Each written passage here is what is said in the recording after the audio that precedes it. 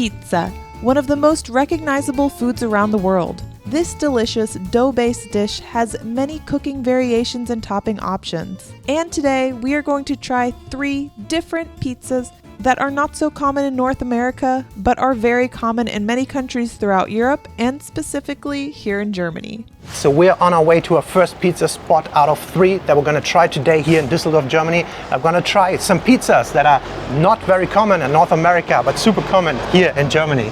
Let's eat.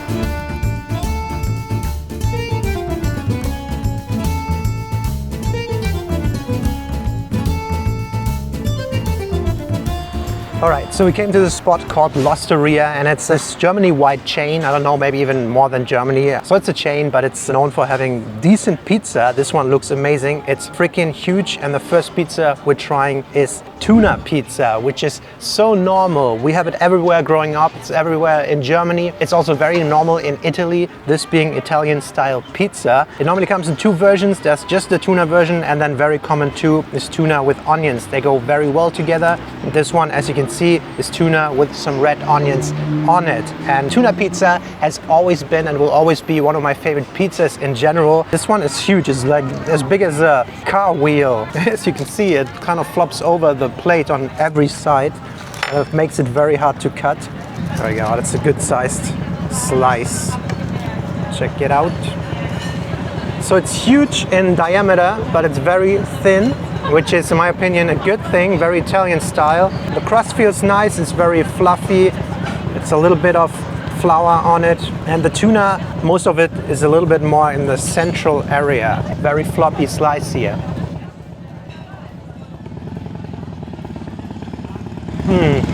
Oh my God, it's better than I remembered. I remember this looking amazing. I don't remember this tasting amazing, but it does. It comes very nice together.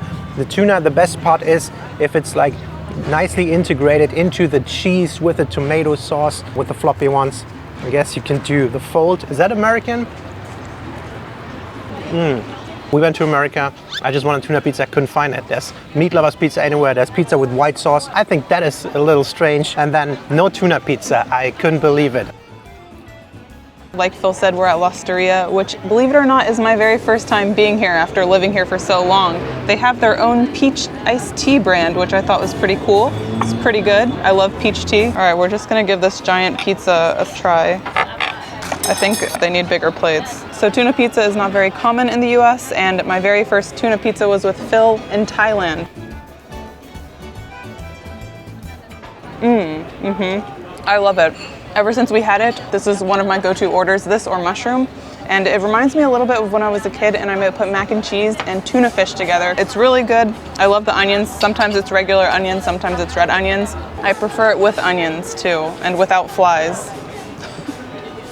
Also, most people here in Germany use a fork and knife, but we're doing this with our hands because it's more enjoyable. I even saw someone here eating a burger with a fork and knife, which is cool and all, but it's just more fun with your hands.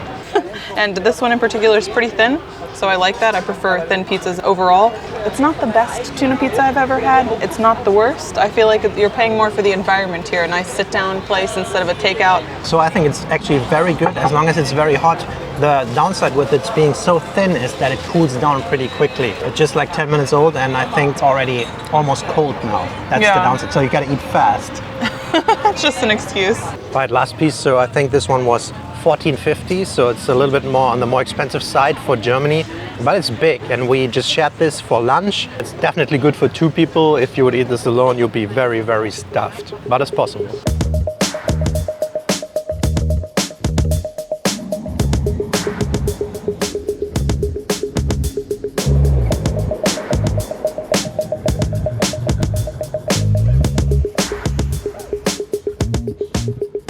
All right, so we made our way down to the Bilk area. We took the U-Bahn down here and we went to this restaurant called Stella, which thought was gonna be an Italian restaurant. Turns out it's an Indian restaurant. Yeah, so it's not only Stella Pizzeria, it's also Punjab Tandoori or something like that. Yeah, we are trying this Hollandaise asparagus pizza.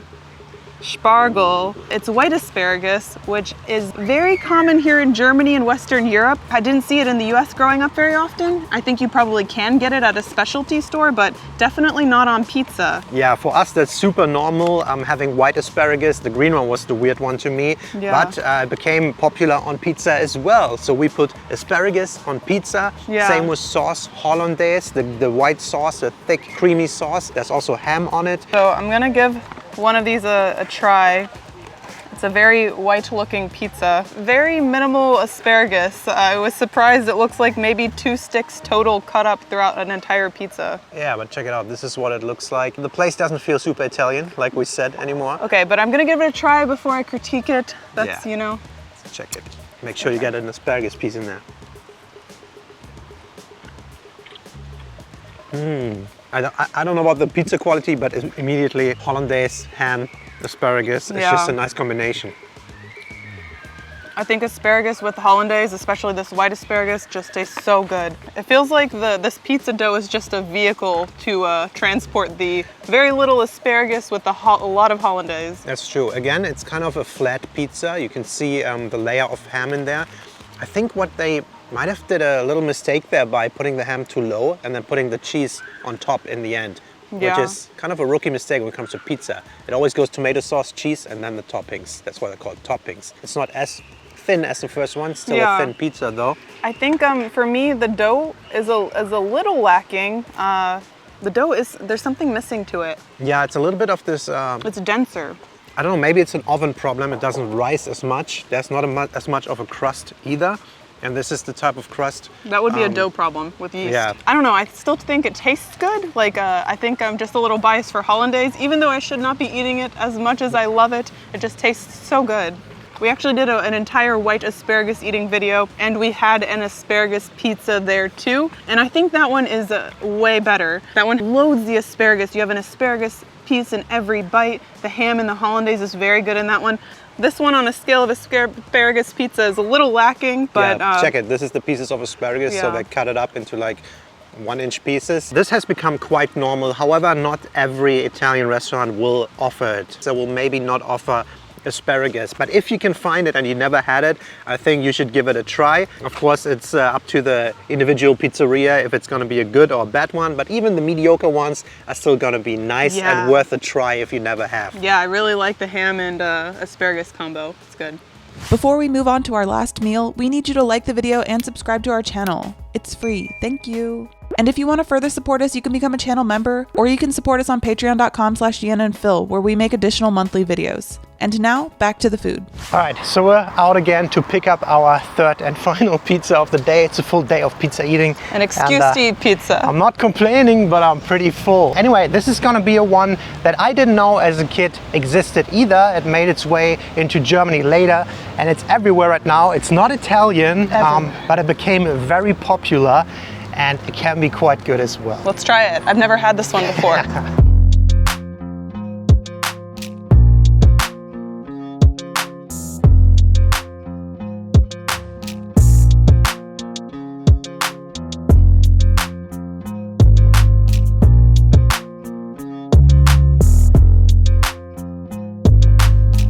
Last pizza of the day.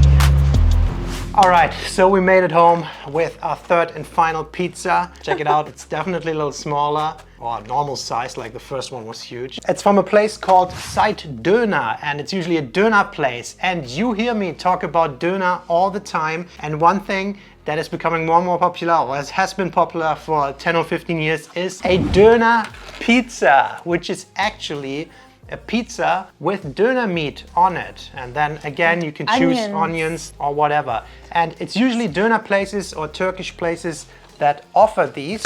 That's why they do döner pizza.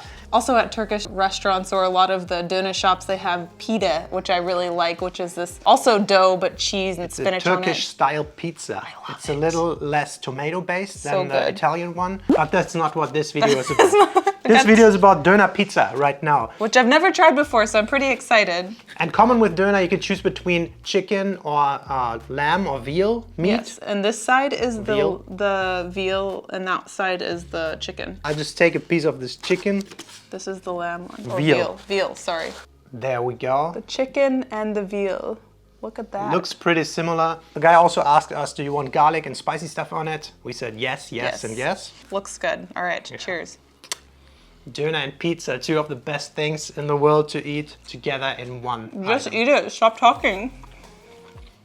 I think it's awesome. Wow. I've never had this before, but it tastes like a döner on bread. Right? It's very nice. I got the chicken version, which I would prefer. You bite into it and you immediately taste the chicken meat. There's sometimes chicken meat pizza, but this is döner style, and that just means it's more flavored, it's more seasoned, and you can taste it immediately. You can even taste the meat more than you do on a döner, because in a döner it's smothered with sauce and other ingredients. Yeah. Here you really get that meat and seasoning flavor. They pulled the meat right off of the giant spinny rack thing. The döner tier. Yeah, it's very fresh. They had nice tomato sauce that was going on it. They added the ingredients and then shoved it in the oven. Dang, this is way better than I thought it was gonna be. I was a little skeptical. I'm not really one to love too many toppings on my pizza, but this is nice. One thing that I always notice is with the döner pizza, the tomato sauce flavor goes away a little bit. Although there is definitely tomato sauce somewhere on the bottom here. I barely ever order this because it's very on the heartier, heavier side, but I have to say, I just got reminded how good this can be. Yeah. And this is very nice.